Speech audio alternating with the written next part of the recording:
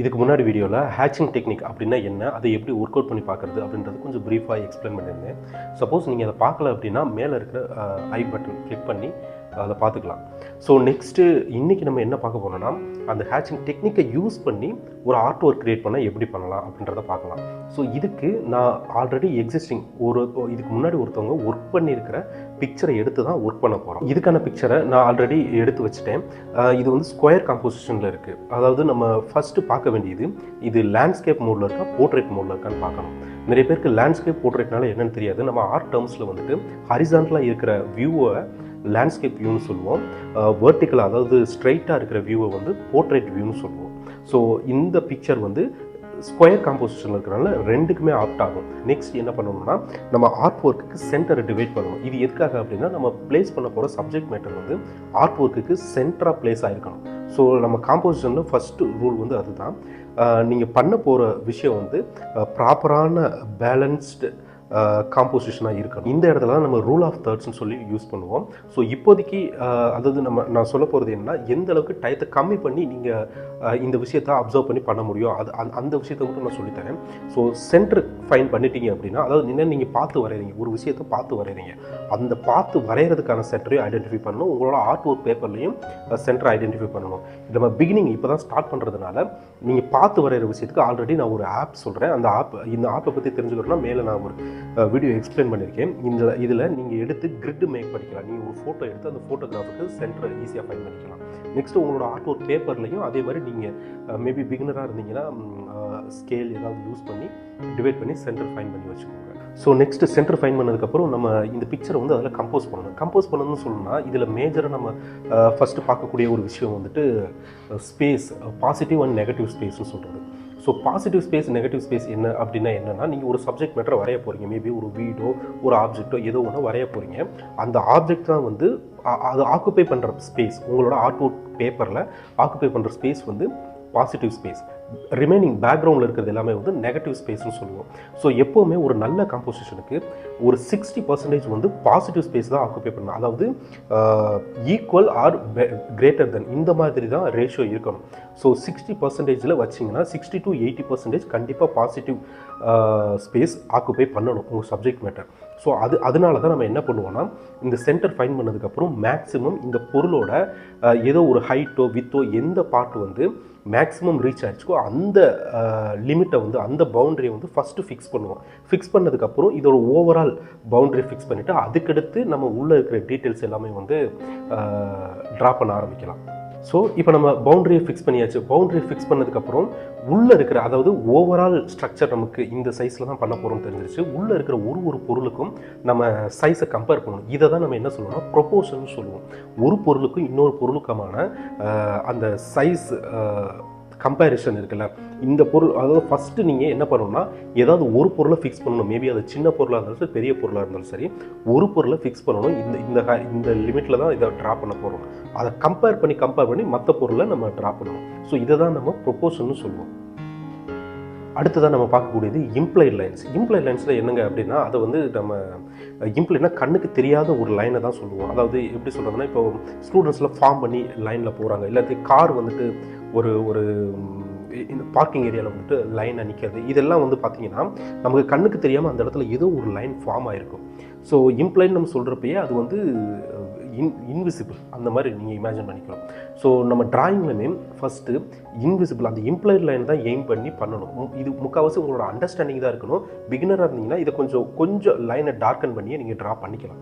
Draw பண்ணதுக்கப்புறம் இது வந்து அவுட்லைன் கிடையாது, இது ப்ராப்பர் அவுட்லைன் கிடையாது. இந்த இம்ப்ளைட் லைனை வந்து எத்தனை லைன்ஸ் வேணாலும் வரைஞ்சிக்கலாம். அதாவது ஒரு ப்ராப்பரான அவுட்லைன் வரைய வேண்டிய இடத்துல 4-5 லைன் கூட நீங்கள் பண்ணிவிட்டு, ஏன்னா அதில் எந்த லைன் கன்ஃபார்ம் ஆகணும் ஃபைனலாக தான் நம்ம டிசைட் பண்ணுவோம். ஸோ பிகினிங்கில் நம்ம நிறைய மிஸ்டேக்ஸை அவாய்ட் பண்ணுறதுக்கு, இப்போ ஏன்னா சைஸ் கம்பேர் பண்ணி இந்த ப்ரொபோஸில் ஒரு பொருளுக்கு இன்னொரு பொருளுக்கு கம்பேர் பண்ணி வரைகிறப்போ, ஸோ நம்ம நிறைய லைன்ஸ் வச்சு பண்ணுறப்போ அதில் ஏதோ ஒரு லைன் தான் பர்டிகுலராக ஃபைனலாக ஃபிக்ஸ் ஆகும். ஸோ அது வரைக்கும் நீங்கள் எத்தனை லைன் வேணாலும் பண்ணிக்கலாம். ஸோ இந்த விஷயம்லாம் இந்த இம்ப்ளைட் லைனில் தான் சரி பண்ணிக்க முடியும். ஸோ இம்ப்ளைட் லைன் பண்ணிவிட்டு நீங்கள் அவுட்லைன் பண்ணுறதுல ஒரு நல்ல பெனிஃபிட் என்ன அப்படின்னா, எரேசரை யூஸ் பண்ண தேவையில்லை. ஸோ எரேசர் அது ஏன் வந்து மெயினாக சொல்கிறோம் அப்படின்னா, எரேசர் இருக்கிறப்ப ஏன் யூஸ் பண்ணக்கூடாது அப்படிலாம் கேட்கலாம். நீங்கள் அடிக்கடி எரேசர் யூஸ் பண்ணி பழகுனீங்க அப்படின்னா அதுவே நிறைய டைம் டேக்கிங் ப்ராசஸாக இருக்கும். அடிக்கடி நீங்கள் யூஸ் பண்ண வேண்டியது இருக்கும். எரேசருக்குன்ற தைரியத்தில் நம்ம நிறைய மிஸ்டேக்ஸ் கண்டினியூஸாக பண்ணிகிட்டே இருப்போம். ஸோ எரேசன்ற ஒன்றும் உங்களுக்கு தேவையே படாது. நீங்கள் இம்ப்ளைன் லைன் ஃபஸ்ட்டு ட்ரா பண்ணி அதுக்கடுத்து கான்டோர் லைன் பண்ணுறப்போ. So next contour line. Contour line சொல்கிறது ப்ராப்பரான அவுட்லைன். நீங்கள் ஒரு பொருளை வந்துட்டு இதுதான் பவுண்டரி, இதுதான் இந்த லிமிட்குள்ளே தான் இதை நம்ம ட்ரா பண்ண போகிறோம், இதுதான் இதுக்கான எட்ஜஸ் அப்படின்னு சொல்லி கரெக்டான எட்ஜஸை மார்க் பண்ணி டார்க்கன் பண்ணி பண்ணுறோம்ல, இதை தான் வந்து கான்டோர் லைன் சொல்லுவோம். ஸோ இந்த கான்டோர் லைனில் ஒன்ஸ் நீங்கள் ஃபிக்ஸ் பண்ணிட்டீங்கன்னா அதுக்குள்ளே தான் மற்ற வேல்யூ எல்லாமே, அதாவது டோனல் வேல்யூ, டெக்ஸ்சர், டீட்டெயில், இது எல்லாமே அந்த பவுண்ட்ரிக்குள்ளே தான் பண்ணுவோம். ஸோ இதுதான் வந்து உங்கள் ஆப்ஜெக்ட்டுக்கான, நீங்கள் வரைய போகிற ஒரு பொருளுக்கான கரெக்டான பவுண்ட்ரி லைன், ஒரு எட்ஜஸ், இதுதான் வச்சுக்கோங்களேன். இது அதை ஃபிக்ஸ் பண்ணுறது தான் கான்டோர் லைன். ஸோ கான்டோர் லைனை எய்ம் பண்ணி பண்ணுறப்போ ஒரே விஷயம் மட்டும் நம்ம மைண்டில் வச்சுக்கணும். அதாவது லைட் ஃபாலிங் டைரெக்ஷனுக்கு ஏற்ற மாதிரி லைட் விழுகிற இடத்துல லைன் வந்து தின்னாகவும் சாஃப்டாகவும் இருக்கணும். லைட்டுக்கு ஆப்போசிட்டில், அதாவது டார்க் சைடில் இருக்கிற லைன் வந்து நீங்கள் நல்லா போல்டாக ஸ்ட்ராங்காகவே வரலாம். ஏன்னா அந்த இடத்துல ஃபுல் ஷேடோ வந்துடும். ஸோ நம்ம டார்க் வேல்யூவை பற்றி கவலைப்பட தேவையில்ல. ஸோ ஃபுல்லி டார்க், எந்த ஏரியாவில் ஷேடோ இருக்கோ அந்த இடத்துல ஃபுல்லாக டார்க்காகவும், லைட் இருக்கிற இடத்துல தின்னான லைனும் சாஃப்டான லைனும் யூஸ் பண்ணலாம். So next tonal value. Tonal வேல்யூன்னு சொல்கிறப்போ நம்ம முன்னாடி சொன்ன மாதிரி இங்கே நம்ம ஹேச்சிங் டெக்னிக் தான் யூஸ் பண்ணுறோம்.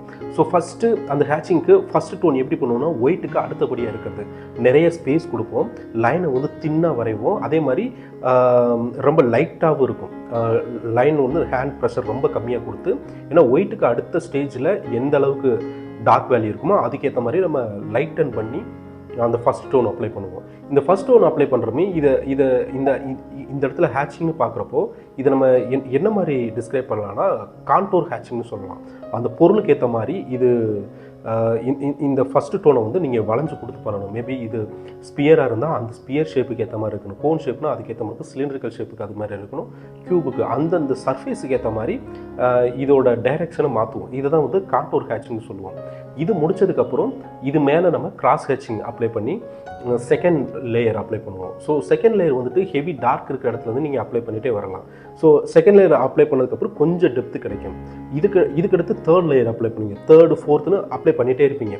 ஸோ எந்த லேயரில் அந்த ஆப்ஜெக்ட்கான ஃபுல் டார்க் உங்களுக்கு கிடச்சிருச்சோ அந்த லேயரோடு ஸ்டாப் பண்ணலாம். மேபி ஒரு சில ஏரியா ரொம்ப ஹெவியாக டார்க் இருக்குது அப்படின்னா 7 to 8 லேயர்ஸ் வரையும் நீங்கள் ஹேச்சிங் மேலே லைன்ஸ் பண்ணிகிட்டே இருப்பீங்க.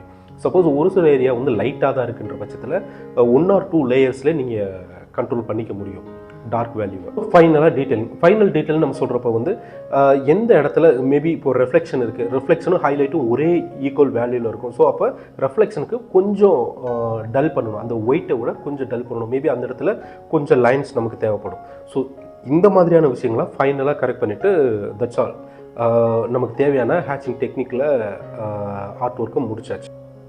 ஸோ இந்த டெக்னிக் யூஸ் பண்ணுறப்போ மேபி இந்த பிக்சரை பார்த்து தான் நம்ம வரைகிறோம், நம்ம இதே மாதிரி அக்யூரேட்டாக அதே மாதிரி நமக்கு வருது. ஏன்னா என்னோட அண்டர்ஸ்டாண்டிங்கில் நான் இதை இந்த மாதிரி டிஃபர் பண்ணி காட்டிச்சிருக்கேன். வேறு கிரேட் லெவலில் டார்க்னஸை வந்து டிஃபர் பண்ணி காட்டிருக்கேன். இதே விஷயத்தை நீங்கள் ட்ரை பண்ணால் கண்டிப்பாக இது வேறு மாதிரி தான் வரும்.